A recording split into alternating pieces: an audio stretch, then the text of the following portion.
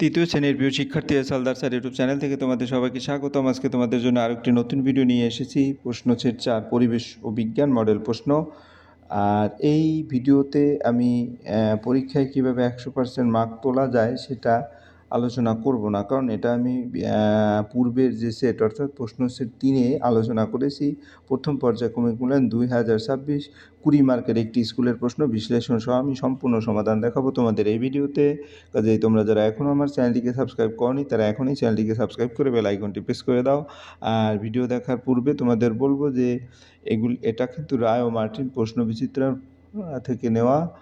আর বিগত দিনে আমি আরও 3টি সেট আমার ইউটিউব চ্যানেলে দিয়ে দিয়েছি, তোমরা আমার ইউটিউব চ্যানেলে গিয়ে বাকি 3টে সেট দেখে আসতে পারবে। আর আজকের যে প্রশ্নটি সেটা আমি একটু বড় করে দেখিয়ে, এটা হচ্ছে গোড়াবাজার GSFP স্কুল 1 নম্বর। তাহলে এখানে সঠিক প্রথমে 1 নম্বরের প্রশ্ন 2, 3 এরকম করে টোটাল 5 দাগ নম্বর পর্যন্ত প্রশ্ন আছে। আমি এক এক করে সম্পূর্ণ দেখিয়ে দিলাম। এখন সরাসরি 1 নম্বরের প্রশ্ন উত্তর করব। সঠিক উত্তরের তলায় দাগ দাও।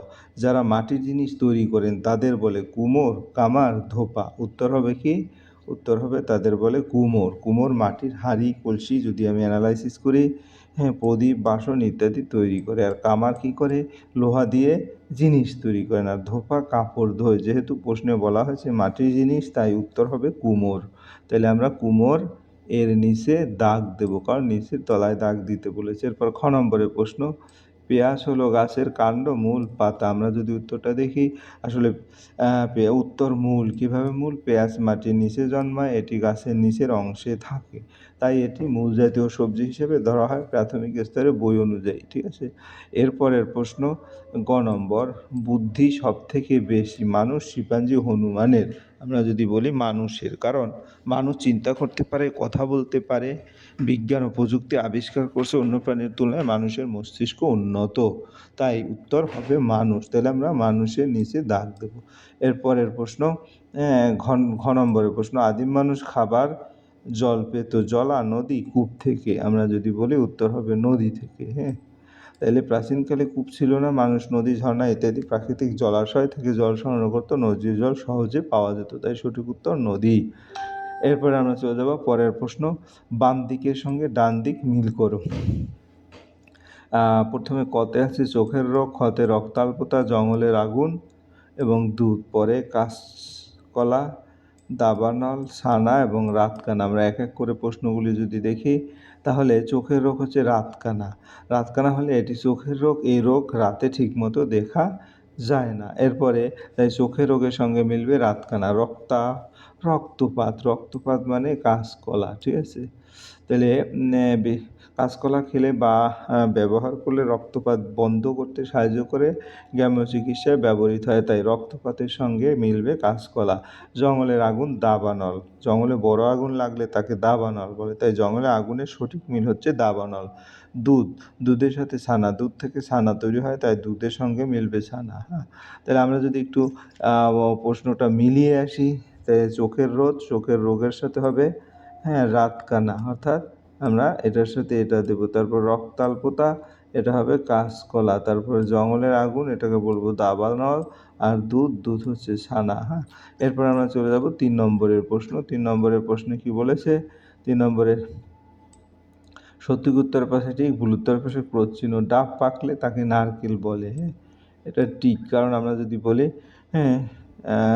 কাঁচা অবস্থায় তাকে ডাব বলে, যখন ডাব পেকে শক্ত হয়ে যায় তখন তাকে নারকেল বলা হয়, তাই বাক্যটি সঠিক। এরপরে আমরা দেখব খ নম্বর, সজনে ডাঁটা হলো গাছের কাণ্ড। যদি দেখি এটা ভুল, কারণ সজনে ডাঁটা ড্রামস্টিক হলো গাছের ফল, কাণ্ড হলো গাছের প্রধান মোটা অংশ যেখান থেকে ডাল বের হয়, তাই এই বাক্যটি ভুল। তাইলে আমার সজনে ডাঁটা এটা ভুল, আমি ক্রস চিহ্ন দেবো। গরু ঘাস হজম করতে পারে, এটা ঠিক, তাহলে এটা আমি টিক চিহ্ন দেব। কিভাবে ঠিক? আমরা যদি দেখি, গরু তৃণভোজী প্রাণী, তাদের পাকস্থলী বিশেষ ধরনের যা ঘাস হজম করতে সাহায্য করে, তাই বাক্যটি সঠিক। নিম পাতা ও খোসপাসরা রোগ প্রতিরোধ করতে পারে, এটা সঠিক। নিম পাতা জীবাণুনাশক, এটি চর্মরোগ যেমন খোসপাসরা দূর করতে সাহায্য, বাক্যটি সঠিক। এরপরে আমরা চলে যাব শূন্যস্থান পূরণ করে। ড্যাশ শাক খেলে বুদ্ধি বাড়ে, আমাদের শরীরের সবচেয়ে বড় ইন্দ্র হলো ড্যাশ, খাদ্য হজম করতে সাহায্য করে, চিচিঙ্গায় আরেক নাম হলো ড্যাশ। আমরা যদি এক এক করে বলি, ড্যাশ শাক খেলে বুদ্ধি বাড়ে, ব্রাহ্মী শাক খেলে। কারণ ব্রাহ্মী শাক স্মৃতিশক্তি বুদ্ধি বাড়াতে সাহায্য করে। প্রাচীন আয়ুর্বেদ শাস্ত্র ব্রাহ্মী শাকের উপকারিতা বলা আছে, তাই শূন্যস্থানে ব্রাহ্মী। এরপরে আমাদের শরীরের সবচেয়ে বড় ইন্দ্রিয় হলো ড্যাশ, আমাদের সঠিক ত্বক, কারণ আমাদের 5টি ইন্দ্রিয় আছে, চোখ, কান, নাক, জিহ্বা এবং ত্বক। এর মধ্যে ত্বক পুরো শরীর জুড়ে থাকে, তাই শূন্যস্থানে ত্বক বসবে। এরপরের প্রশ্ন, খাদ্য হজম করতে সাহায্য করে ড্যাশ। খাদ্য হজম করতে সাহায্য করে পাকস্থলী। আমরা যা খাবার খাই তা প্রথমে মুখে যায়, তারপর তা পাকস্থলীতে গিয়ে হজম হয়। পাকস্থলী খাদ্য ভেঙে শরীরের কাজে লাগার মতো, তাই শূন্যস্থানে পাকস্থলী বসবে। এরপরের প্রশ্ন, চিচিঙ্গার আরেক নাম হলো ড্যাশ। চিচিঙ্গার আরেক নাম হলো পটললতা, কিছু কিছু বইয়ে ঝিঙেও বলা হয়, তাই না? চিচিঙ্গা একটি লতানো গাছ, এই লতার মতো গাছ, তাই এর আরেক নাম লতা জাতীয় সবজি। এরপরের প্রশ্ন, এক কথায় উত্তর দাও। 5 নম্বর, 2টি প্রাণীজ খাবারের নাম লেখো। 2টি প্রাণীজ খাবার হচ্ছে ডিম এবং মাছ। প্রাণী থেকে পাওয়া খাবারকে প্রাণীজ খাদ্য বলে, যেমন মাছ, মাংস, ডিম, দুধ। তাই দুটি উদাহরণ ডিম ও মাছ। কানামাছি খেলায় কোন অঙ্গ বুঝতে সাহায্য করে? কানামাছি খেলায় কান। কানামাছি খেলায় চোখ বাঁধা থাকে, তখন শব্দ শুনে অন্যদের ধরতে হয়।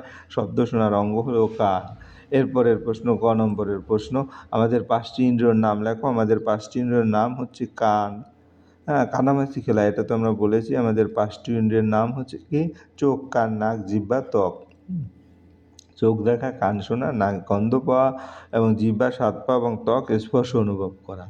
এরপর আমাদের মাছ কিসের সাহায্যে সাঁতার কাটতে পারে? সর্বশেষ, এটা পাখনার সাহায্যে। মাছের হাত পা নেই, মাছ পানিতে চলাফেরা করে পাখনা দিয়ে। পাখনা তাকে ভারসাম্য রক্ষা করতে সাহায্য করে। এই ছিল তোমার সামগ্রিক প্রশ্ন এবং উত্তর। আশা করি ভিডিওটি মনোযোগ সহকারে দেখলে তোমরা সম্পূর্ণ প্রশ্নের উত্তরে ক্লিয়ার বুঝতে পারবে, এবং এটা কিন্তু একটা স্ট্যান্ডার্ড মানের প্রশ্ন। পরিশেষে বলবো, ভিডিওটি দেখার জন্য অসংখ্য ধন্যবাদ। ভিডিওটি ভালো লাগলে লাইক, কমেন্ট, শেয়ার করতে ভুলবে না। আজ এই পর্যন্তই। ধন্যবাদ সবাইকে।